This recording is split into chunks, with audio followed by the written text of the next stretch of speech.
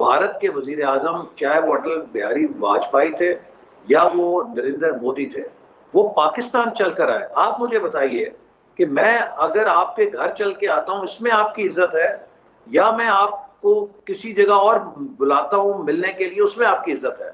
अगर भारत के वजीर आजम खुद चल के पाकिस्तान आ रहे थे तो ये पाकिस्तान के लिए एक बहुत आबरूमंदाना सफारतकारी का सबूत था।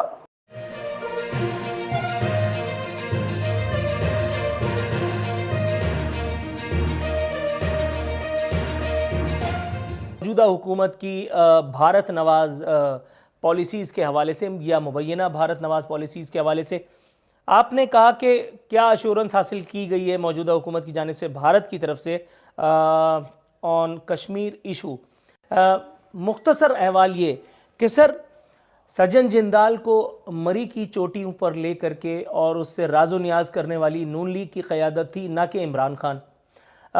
मोदी को सरप्राइज विजिट के नाम पर पाकिस्तान में रिसीव करने वाले नवाज शरीफ साहब थे, ना कि इमरान खान, ना कि उस वक्त की इस्टेब्लिशमेंट, ना कि कोई और। सर ये मिसाल तो बहुत पहले सेट कर दी गई थी पाकिस्तान मुस्लिम लीग नवाज की क़यादत की जानिब से। इसको तो सिर्फ ये फुट स्टेप्स को फॉलो कर रहे हैं, अगर कर रहे हैं तो। मुझे आप ये बताएं कि जब नवाज शरीफ साहब एक आबरूमंदाना इंडिया के साथ डिप्लोमेसी के जरिए हालात नॉर्मलाइज कर रहे थे तो उन्हें कहा गया मोदी का यार है। हमारे दौर में तो भारत को ये जुर्रत नहीं हुई कि वो कश्मीर को एनेक्स कर ले। हमारे दौर में तो भारत को ये जुर्रत नहीं हुई थी कि वो पाकिस्तान की जो कश्मीर के हवाले से तहफ़्फ़ुज़ात है उन्हें जूती के नीचे रोन डाले। हमने एक आबरूमंदाना डिप्लोमेसी की। भारत के वजीर आजम, चाहे वो अटल बिहारी वाजपेयी थे या वो नरेंद्र मोदी थे, वो पाकिस्तान चलकर आए। आप मुझे बताइए कि मैं अगर आपके घर चल के आता हूं, इसमें आपकी इज्जत है, या मैं आपको किसी जगह और बुलाता हूं मिलने के लिए, उसमें आपकी इज्जत है?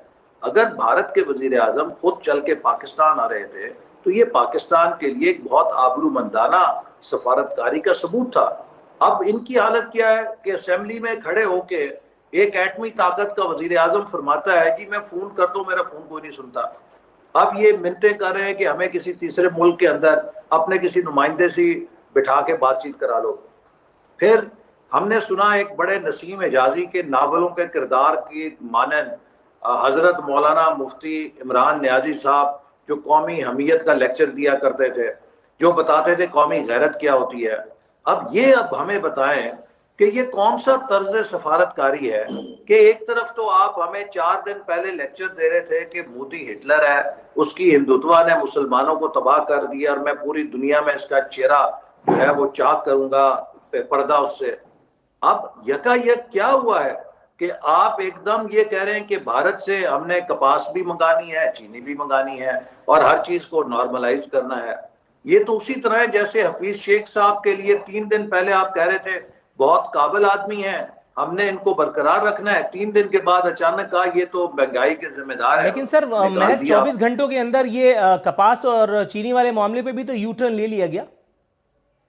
जी वो इसीलिए कि जब ऑपोजिशन ने इसके ऊपर शदीद रद्द अमल दिया और अवाम की तरफ से शदीद रद्द अमल आया तो उसके दबाव के नतीजे में इन्होंने वापस लिया। वरना आप ये देखिए कि वजीर तिजारत कौन है आज पाकिस्तान में? इमरान नियाजी साहब हैं।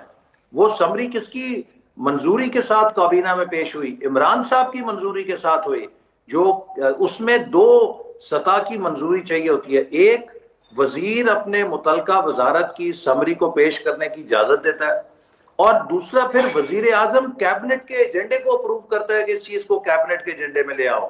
तो इमरान साहब ने बहसियत वजीर तिजारत पहले उसकी मंजूरी की हमायत की, इसके बाद उसे काबीना के एजेंडे में शामिल करने की इजाजत भी दी। लेकिन जब वहां उनके चंद वज़रा ने कहा कि इस पे अवामी रद्द अमल होगा, क्योंकि मुस्लिम लीग नून और अपोजिशन उस पे मजबूत अपना मौकफ दे चुकी थी, तो ये डर गए और ये अवामी दबाव के डर से पीछे हुए हैं। वरना इन्होंने तो सौदा कर लिया था, ये तो हर चीज पसे पुश डालने के लिए तैयार हो गए थे कश्मीर के लिए। आप मुझे बताइए कि तकरीबन 2 साल हो गए हैं, इन्होंने कश्मीर के ऊपर क्या किया है? वजीर आजम ने किसी एक मुल्क का दौरा किया है?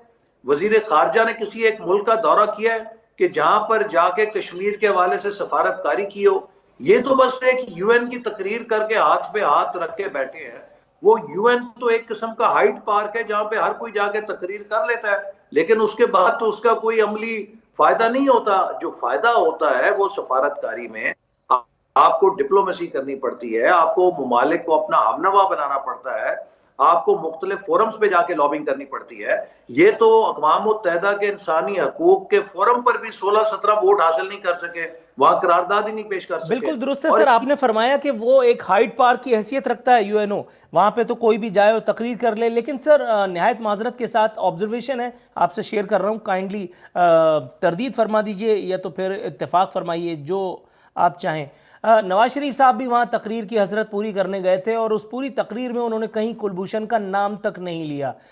उसके मुकाबले में इमरान खान साहब को एक तकरीर करने का मौका मिला जिसका खुमियाजा हम आज तक किसी न किसी सूरत में भुगत ही रहे हैं। सर नवाज शरीफ साहब ने कुलभूषण का नाम क्यों नहीं लिया था? मुझे ये बताएं, क्या नवाज शरीफ साहब ने वहां बुरहान वानी का नाम नहीं लिया? और फिर ये बताइए कि आज कुलभूषण को सजा खत्म करने के लिए किसने ऑर्डिनेंस जारी किया? नवाज शरीफ साहब ने तो नहीं किया था ना। ये तो इमरान हुकूमत है जिसने एनआरओ देने की कोशिश की कुलभूषण को भी, और वो फिर पकड़े गए, उसके ऊपर ऑपोजिशन ने शोर मचा दिया, तो फिर ये बोल्ड हो गए उसके ऊपर। वरना इन्होंने तो कुलभूषण के नाम के साथ उसको खसूसी सहूलत देने के लिए ऑर्डिनेंस जारी किया था।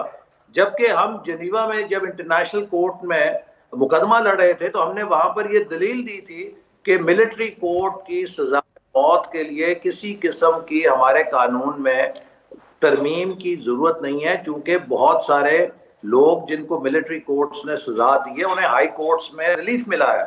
तो कुलभूषण को अपील करने के लिए किसी ऑर्डिनेंस की जरूरत तो नहीं थी, लेकिन इन्होंने वहां पर भी उसको एक वीआईपी रास्ता दिखाया, उसके साथ एक खसूसी मराद का रास्ता किया। तो ये कौन कर जिम्मेदार है?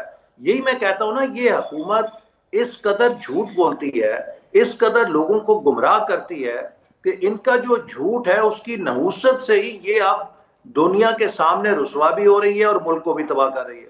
सर एक एनआरओ तो अभिनंदन नामी पायलट को भी दिया गया था। मतलब मैं तो यही कहूँगा, मैं उस वक्त भी यही कह रहा था कि बिला सोचे समझे ये हातिम ताई की कब्र पर लात उठा करके और इतनी ज़ोर से रसीद कर दी गई है।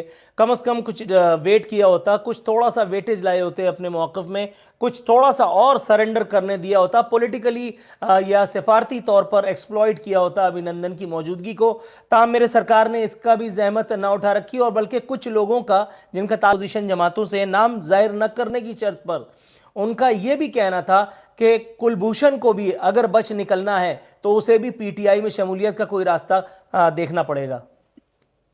देखिए, बात यह है कि जो अभिनंदन को इन्होंने छोड़ा है, बुनियादी बात यह है कि जो डिप्लोमेसी होती है और स्टेट क्राफ्ट जो होती है, ये बैटल ऑफ नर्व्स होती है, ये असाब की जंग होती है।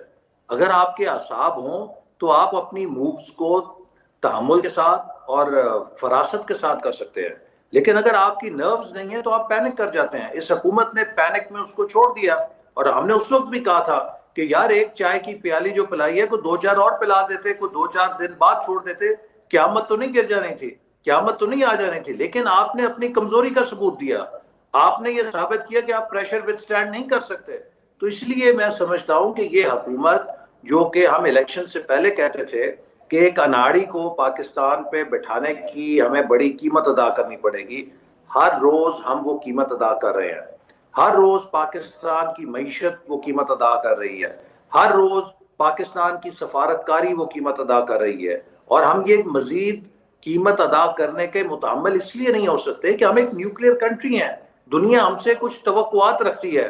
जिस मुल्क में 24 घंटे की बुनियाद पे कौमी सतह के फैसले यू टर्न लिए जाएंगे, दुनिया हमारे बारे में क्या सोचेगी?